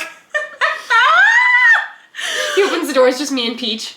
Third night, though. God damn it, this shit pissed me off so bad. So, if you call back to during the first half of the book, where Miss Wellwood is like, no salt in any of the dishes. Some bitch is like, I saw Hagar pouring the salt onto the floor. Bitch scoops the salt up off the floor, and Zinnia and Fern are like, what the fuck did you do? And there's no salt in the house because Hagar has the salt. So they fight for the salt. In walks the witch. Earlier, like the day before, when Hagar had put the salt out, she had also given them these little, like, I think, like little salt packets, things to wear around their necks, like little pouches. But when she gave it to them, she was like, "Listen here, this is the last time. I'm not doing anything else for y'all. Stop asking me." So the girl was like, with her salt and left. Oh, okay. Yeah, and so also in that moment, Fern starts having like these awful contractions, like boots awful. She's like in physical, like awful pain. And so they're trying to like slowly walk her out of the house. In walks the librarian, and they're like, God damn. But apparently these little pouches around their neck make them invisible to the witch. And so the witch is walking, this shit was spooking the fuck out of me. This witch is walking around the house like looking for them. Looking around every corner, looking around every door, and these girls are trying to be quiet as hell. Fuck-ass Holly bumps into a painting, and she's like, all right, you fuck-asses. I'ma find you. I can't see you, you're right, but I can hear you, and you're acting like fuck-asses. No. And then Nurse Kent comes out, and she's like, I have a gun. Yeah. Open the door. Yeah. And Miss Parquet's like, okay, well, I'm gonna leave. Yeah. I'm gonna go. She walks in, and she's like, I have a gun. And then she looks over, and she's like, oh, girl, are you in labor? Girl, are you in labor? And she's like, mm-hmm. And she's like, oh, okay, let's go to the hospital. Boots, we have bigger things to worry about. And then, yeah, the librarian books it out of there. She's like, I'm gonna go. Yeah. But yeah, she made it known that she was like, I'll be back. Yeah. But that whole scene was very scary because they were like, literally like, this girl is she's literally like having contractions, like she's starting her labor. And she was like, it didn't feel like regular labor, like it was extra painful. It felt like somebody was grabbing her. Yeah, she's like, it felt like Miss Parquet was kind of putting a spell on her a little bit, like obviously because she had entered the house. She doesn't even know what to expect. Exactly. Not that I would, because I don't know anything about pregnancy either. But I mean, hopefully if I was 9 months pregnant, hopefully I would know something. But of course she doesn't, because she's 15 and she's been being manipulated and abused and lied to. Yeah, but she's sitting there and she's like having to be completely silent because this witch is walking around and she's like, I can't make a fucking sound. No, when I'm in labor, it's gonna be everyone's problem. I'm gonna be bothering everyone on purpose. I'm gonna be knocking on their door. Mind you, like she's holding... walking around.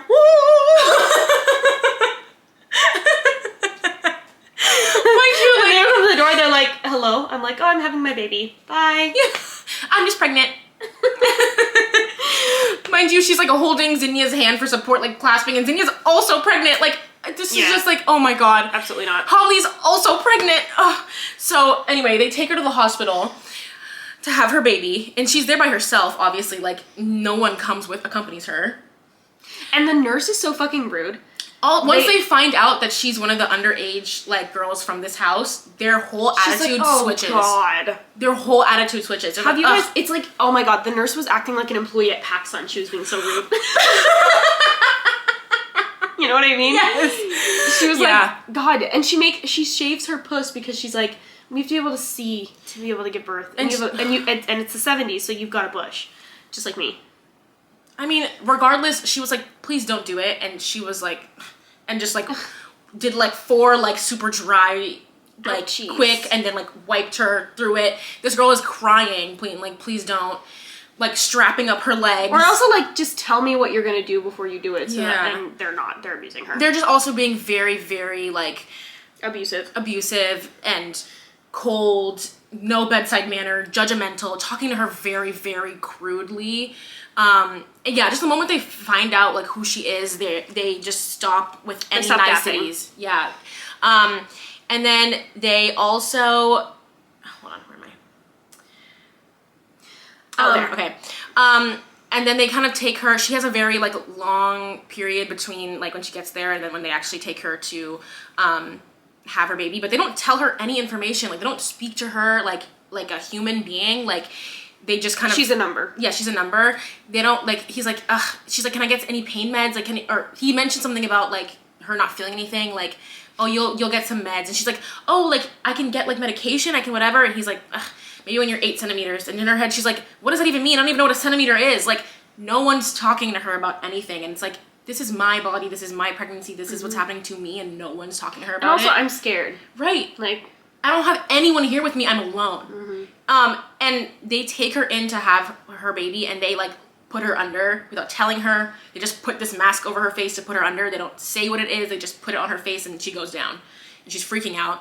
And then it immediately, this book's also in like third person, it switches to the, like it talks about like her, a clinical point of view. Yeah, it goes to a clinical point of view, which I thought was so interesting. The way it talks about like her, like talks about like Fern was doing this and Fern was doing that, and then it's the patient was having and the patient, and it goes very clinical.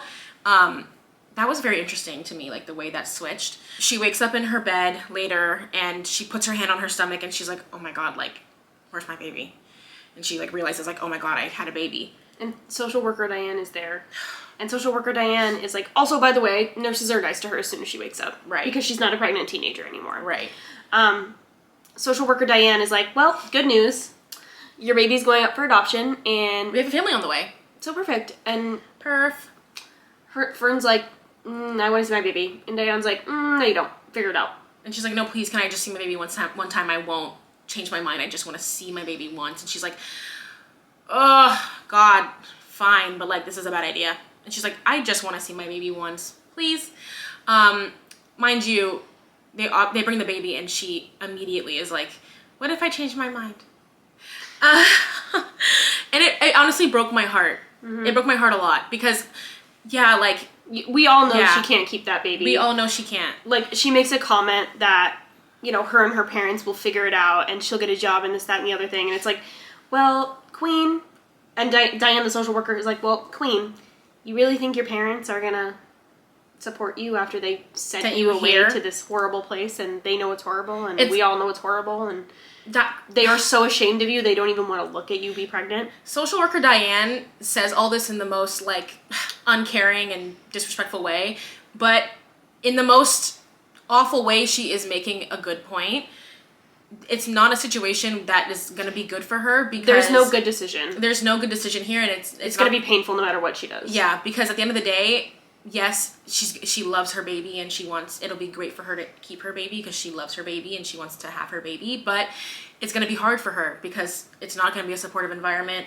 She's not going to be able to have the life she had before. Her family's not supportive. She doesn't even have her friends GED. aren't supportive. She's not gonna, like, it's just not going to be easy for her. But, you know, obviously that information is delivered in the most, like, heartless way. Clinical way. Yeah.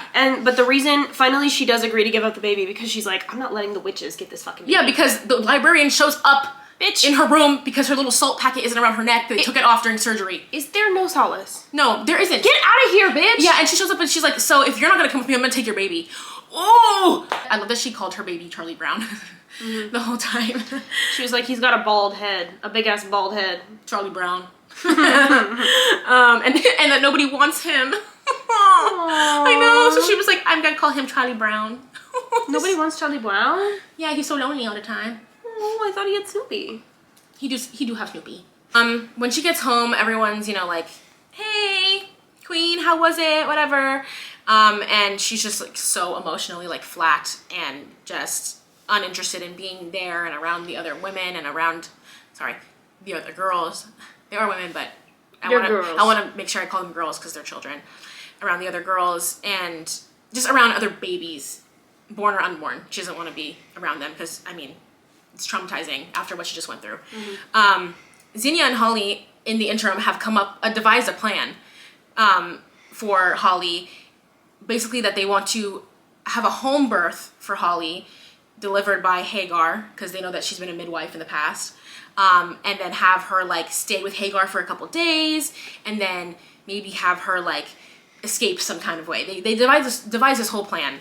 Now, Fern she's been beaten down. Yeah. And so she's kind of rude to them. She's like, with what fucking energy? Yeah. And since when is Hagar gonna agree to this? Yeah. She's come on the other side of birth now and she's like, well, especially the birth that she had. yeah, she's like, I've seen horrors. Yeah, she's like, I've seen horrors that you have not, and the thing is that this is ridiculous. Fighting is gonna make it worse. Yeah. But Reverend Jerry shows up.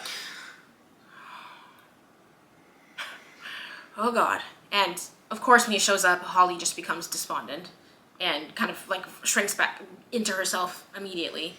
And Fern then wakes up again. She's like, oh, no, we have to do something because of the power of sisterhood. I love girlhood. Seriously. Even in her darkest of moments, she was like, oh, I have to help my friend. Even in her darkest moments, she found it in her to hate a man. No, period. One of the nights, that night, or the next night, I think, Zinnia wakes her up and she's like, hey, Holly's in the attic. I need you to go up there and help me. I can't get up there. I'm so pregnant. Can you go up there? She goes up to the attic and finds Holly under the bed and she's in labor. And she's like, girl, what is going on? And Holly's like, I'm in labor. I can't go to the hospital. They're going to take my baby. But I don't want to go to the hospital. They're going to take my baby and they're going to give it to Reverend Jerry and then, I'm going to go back to... Yeah, the whole thing. She's like, I don't want to... And so she's like, girl, I'm so sorry, but I've had a baby. Like, you cannot do this here by yourself. Like, I have to get a nurse. I'm so sorry. So she gets one of the nurses. And it's true. What's frustrating about it is that it's like, yeah, she's doing the right thing by getting the nurse. Yeah. Girl, you could die. Yeah, like, you can't. It's also so painful. Yeah. You want those meds, girl. Yeah. You at least need the option. You need some kind of help. You can't just do it. And the fact that she's hiding under a bed, like, my poor baby. She's a little baby. My Shayla. Oh. So, yeah, she gets one of the nurses and they put her in a taxi. At least she put her in a taxi with Zinnia and Fern there too, to go with her. I was like, okay, at least she's not going by herself. But then all the other girls in the house are being like, I need help, I'm bleeding, I need help. And Fern's like, the fuck? What's going on there? And Zinnia's like, we devised a plan. We sent them, actually, this is part of our plan. We told all the girls to distract the nurses so that we could leave in the taxi and go to Hagar's house. And she's like, what? So while the nurses turn around to like deal with whatever's happening in the house, I mean, that's the power of the house sisterhood. All the other girls were like sitting in the house being like, I'm bleeding, help me, help me. The fact that they were all willing to jump in and try to help. Yeah, to help Holly. So they turn to the taxi and they're like, you know a girl named Hagar? And he's like, well, yes. Oh, yes. And they're like, take me there. He's like, okay. So he drives into Hagar's house, and Hagar comes out, and she's like, "What the fuck?" and the driver's like, "Wait, they told me you were expecting them," and she's like, "You are such a fuck ass idiot." No, literally, what? You let these little girls tell you what to do? Get out of the damn car. No, and then he's like, "Wait, I'm gonna get in trouble," and she's like, "Can you shut the fuck up? They're pregnant. It's not about you." Imagine. I was like, finally, we're telling off a man. Finally. Any good book must have that. Finally. Yeah, but then, obviously, Hagar and her sister help deliver Holly's baby. I'm gonna speed this up real quick because it's awful. It's really graphic, it's really gory, and it goes on for so long. It's like half a chapter of a really horrible graphic gory. Yeah. It's Hagar, her sister, and Zinnia and Fern all help deliver the baby, and it's very scary. And the baby almost dies, and so does Holly. Yeah. But luckily, women prevail yet again. But not really. But not really. Fern also like has a sad moment where she like hears her baby cry, or like Holly's baby cry, and she thinks about Charlie Brown. She's like, because I mean it's only been like 2 days since she had her baby, so. But then after that happens, they're like, "So Hagar, we had a plan. Can we stay here for a couple days?" And Hagar's like, "No, girl." What? No. But well, especially because keep in mind Hagar's black. And so Hagar's like, first of all, you think I'm housing a white man's baby? A stolen white man's baby? In Florida? Nah. You gotta be fucking kidding. Nah. Nor. They're gonna shoot me on sight. They're gonna, nor. But Hagar's sister is like, "Listen, you can't stay, you ain't gotta go home, but you can't stay here. I have a neighbor, you can go there." And so she gives them directions to go somewhere else. And so the three girls are literally like walking down the street. God, these girls, my Shaylas. Can't catch a break. My Shaylas. They're walking down the street, literally like hobbling down, trying to get there to this neighbor's house. Because reminder, Zinnia's still pregnant. Right. She's what, like 2 or 3, Fern is like 2 or 3 days postpartum. And Holly has just given birth. A traumatic birth. Yeah, I don't even think you're supposed to walk for like 28 hours after giving birth, right? Yeah, and she's 14. Carrying the baby. And, of course, Mrs. fucking Wellwood and the fucking cops show up. Girl. Oh my god. And I loved this scene because Hagar was like, "Do you really she said, "Look me in my face and tell me that that baby is not Reverend Jerry's, first of all. Second of all, look me in my face and tell me you're not going to send that baby back to Reverend Jerry." And Miss Wellwood's like, "What the fuck do you want me to do? And you've got some nerve judging me when you know what I've been through." And Hagar goes, "Yeah, I am judging you. And also, I quit." And period. Boom. I knew I liked you. Yeah. Yeah, because what the fuck? Like, do you not have morals? This is a moral fucking issue. Yeah. At the end of the day. Like, Sending this girl back to her abuser. what? Handing her abuser a baby. Like, Handing a pedophile a baby. are you fucking out of your mind? And being like, at the end of the day. It's the right thing to do. She's the sinner. What? If we're gonna talk about sinning, at the end of the day, he's a reverend. You want to talk about sinning? He's a reverend. Yeah. Oh, they take Holly back to the hospital, and Zinnia gets taken back to the home, and Fern gets taken by the cops. God. Fern's like, "Fuck did I do?" Yeah, right. Fern escapes the cop car though. Well, and the cops are fucking douchebags. Like, they're like, "I hate stank ass bitches like this ex-pregnant girl," and she's like, "Well, I think you should jump off a building." In her head, she doesn't say that out loud.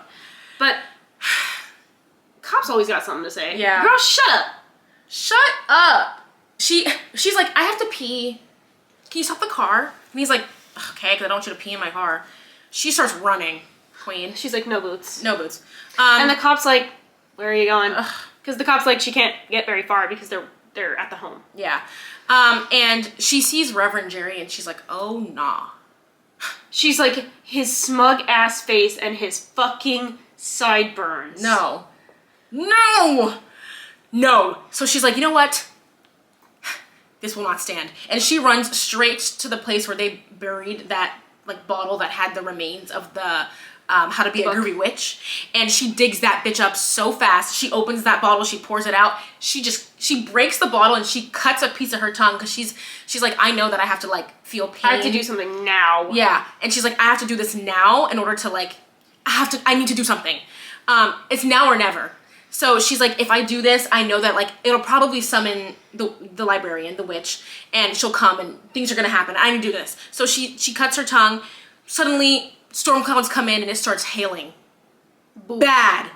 To the point where it's destroying. It's shattering the cop cars. It's shattering the cars. It's destroying the house. It's that bad. Like, Period. It's bad. To the point where Reverend Jerry gets a shit rocked bad. So bad that he's like busted out. And she's like, oh damn, I killed him. Aww. Oh no, he's alive. Well, I could. No. She said, should I? No, I won't. And she's better than me. Better than me. I would have stepped right on his neck. Again, I would have hit him with a John Cena. I would have been doing a WWE. If you and I were there, I would have had you spinning on my head. Throw you on him. Like, we take turns just jumping on him. But then the Miss P, I'm gonna call her Miss P. Can't keep saying librarian. Miss P shows up and she's like, wait, I think I changed my mind. Okay, yeah. First of all, two things. Apparently it takes all 13 wishes. This storm that Fern has summoned, it takes all 13 of them to get it to fucking stop. Because it was destroying everything. Yeah. And yeah, she's so annoying. She's like, no, I won't go with you. Yeah. If I'm a witch, I'm like, what? Like, at that point, I'm laughing, because I'm not even mad anymore. Right. I'm just like, wait, what do you mean? No, literally. You want the power with none of the consequences. Right. Because she's like, you literally did this because you wanted me to come here, because you wanted me to take Holly with me. I'm here. And she's like, no, but wait, I don't want you to be here anymore. Well, girl. Well, what now? Right. So then she's like, ugh, and she starts running.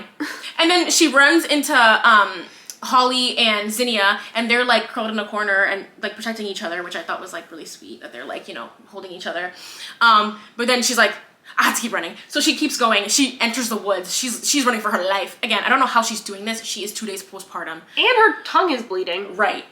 Ouch. I bite my tongue when I'm eating like tongues are crazy. My sandwich, and I'm like, I feel like I'm seeing God. Like, I lose my life. It hurts. Can't imagine. It gives pause on the lip of the tongue type anger. Like, wow. Wait, pause on the lip of the tug. I'm gonna stop trying. Okay. When she runs into the whole coven in the forest, and everyone's standing there. Of course she did. Right, of course. Like, girl, you summoned them. Hello? And she's like, God damn it. And so then she's like, she's getting her shit rocked a little bit because Miss P catches up to her. She's like, girl, I told you I was gonna get you, and I got you. You called me here. So, to be fair, I didn't have to try that hard because you called me. You called me here. So, when she catches up to her, she's taking her ass. Like, she's like, man, I'm slipping. I'm slipping into the lava. And as she's going in, though, Holly pulls up out of nowhere and bites the fuck out of Miss P's hand. And she's like, bitch, ow. And she's like, okay, well, actually, can you stop, though? Because I think I want to go with you. I don't want her to go. I want to go with you so bad, Boots. Please don't make me go with Reverend Jerry. I don't know how many times I had to say it. I don't want to go with that man, please. And so then the whole coven then stops and they're like, okay, so let's talk about this. Now they're having debate club in the middle of the fucking forest. They're all like, so should we take Holly or should we take Fern? Because Fern has the natural power, but Holly's got the will. Right. And also Holly's in a bad situation. And so literally are having a debate club in the middle of the forest. Right. And so after all of this debacle, they end up taking Holly, obviously, because they're like, okay. Obviously. Right. The right thing to do. Which is like, if you ended up, in my head I was like, they ended up taking Holly, then why did we do all of this? What was the knocking? Right. So they end up taking Holly and the baby and they leave. Now they go back, Fern ends up going back to the house and the house is destroyed. And her dad picks her up the next day to leave. And if my dad did this to me, first of all, I'd be tooting up a storm in that car. Oh, yeah. God. And I can't imagine, like, suddenly I'm Neva again. And I'm supposed to just get in the car and just act like nothing happened. Well, in her internal monologue, she's like, I don't know how the fuck. And I thought this was really interesting because at the beginning of the book, she talks a lot about how she was an honor student and she was supposed to be in the school play. Acting, She's leading the school play. And like as soon as she gets back, she can't wait to get back to being in the school play and blah blah blah. And then like after her birth, she's like, I don't know how the fuck I'm ever supposed to care about high school ever again. Yeah. Now that I've seen the horrors of this world. Yeah. Like I'm a different fucking person. I'm just supposed to go back to being 10th grader Neva. That's not who I am. I'm Fern now. Yeah. Like, huh? And she's in the car and she's like, my dad won't shut the fuck up. He keeps talking. Because he feels guilty. Yeah. As he should. He feels guilty and he just cannot understand. He doesn't know the experience I just had. Mind you, on the drive up here, he wasn't even talking to me. He had the radio turned up all the fucking way. Yeah. Now that I'm not pregnant anymore, he's not ashamed. He's no longer glad. He's no longer sad that I was born. Right. He's talking up a storm. Like, interesting.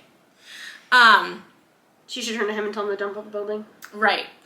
So then we get to the last part of the book where Neva is writing kind of like a letter about her experiences, and she kind of talks about all the changes that have happened post Roe v. Wade, and how all those homes kind of closed down after that happened, and how she got a letter from Rose years later, and she went to visit her at like the commune that she lives at, and she had reconnected with her daughter Blossom, and they live together now, like at the commune. I know.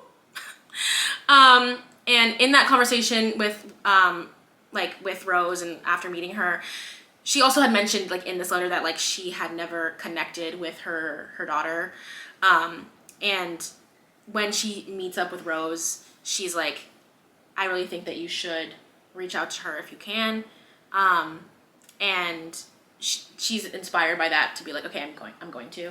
So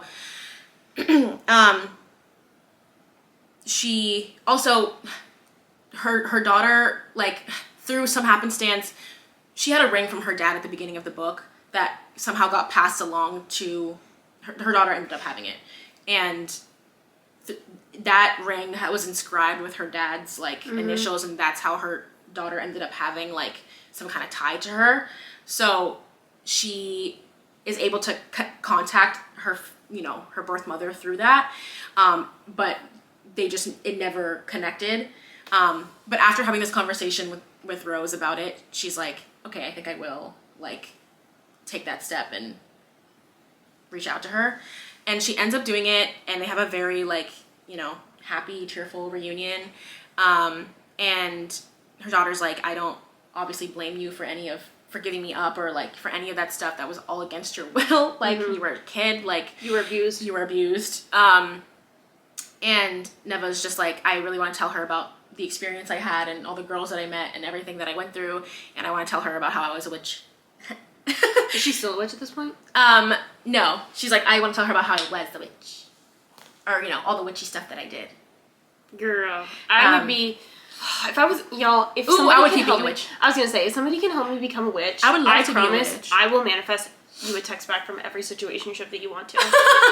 That will be my specialty. If anybody knows how to help me become a witch. One thing about me, I love witchy vibes. Yeah. What's your rating?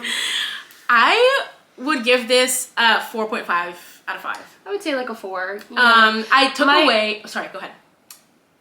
I think my explanation is going to be shorter than yours. That's why I was going to go first. But my rating of a 4 was that I thought the writing was really interesting. Like you mentioned, there was a lot of decisions that were made in terms of like syntax and everything that I thought made the book more interesting. Yeah. My issue was the pacing of the book. But I will say that I think the pacing was necessary, because at the beginning of the book, you barely remember it by the time they get to the end, and I think that's kind of the point. Yeah. Because Fern/Neva Yeah. starts to forget who she is. Yeah. And that's the point. Is like, then when she calls back to, I don't know how the fuck I'm supposed to be going back to being a 10th grader. It's like, oh, I almost forgot that you were a 10th grader. Yeah. Because, what the fuck? Yeah. Yeah. Yeah, I almost forgot that you were like, in the school play.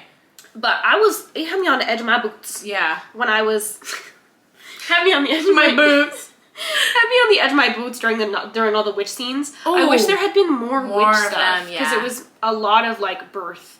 And frankly, that's horror to me. Yeah. I don't want to have a baby. It was a lot of horror, yeah. Yeah, it was a little horror. spooky. It was horror.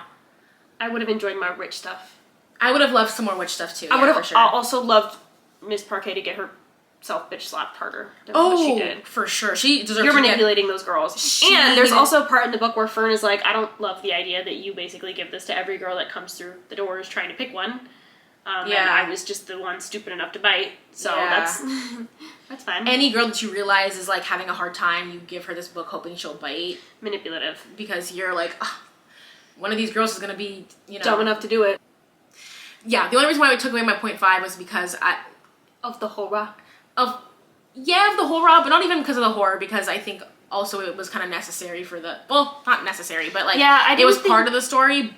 My 0.5 was, no offense, well, full offense. I know what you're about to say. The white man of it all. Listen, when I first picked up this book, I thought that Grady was a woman. Mm-hmm. I didn't know like that the author was a white man. I thought that I just had not seen a picture. I literally had no idea. I literally knew nothing about this author. Just based off the name, I thought it was a woman. So when I went and looked them up, because I was just, look them up, I was like, oh. Yeah. Oh. I looked them up like halfway through the book, and I was like, oh, okay. It kind of like shifted a little bit of things in my head. Makes just certain things like... Yeah, because a lot of this book, because I do think like everything you said, there were so many things that I loved about it. And that's the thing too, it's like, I don't necessarily think he did a bad job. I actually think he did a great job with a lot of this stuff. Mm-hmm. I think it's more so that there are certain things like we said about like when he describes like Miss Parcay and like the way her body looked as like an older woman, calling her saggy, like stuff like that. And then like, just also like, okay, again, appreciate your advocacy, but it's like sometimes You're not the one to write the story. You're not the one to write the story. We want you to like uplift someone else's story or someone else who's written the story instead of being the one to write it. But again, I also don't. I gave this book a 4.5. It was really good. It was for me. enjoyable. It was really good. I really liked it. It was a really good book, and I'm not gonna. I mean, it was really good. I really, really liked it, and I highly recommend it. I really do.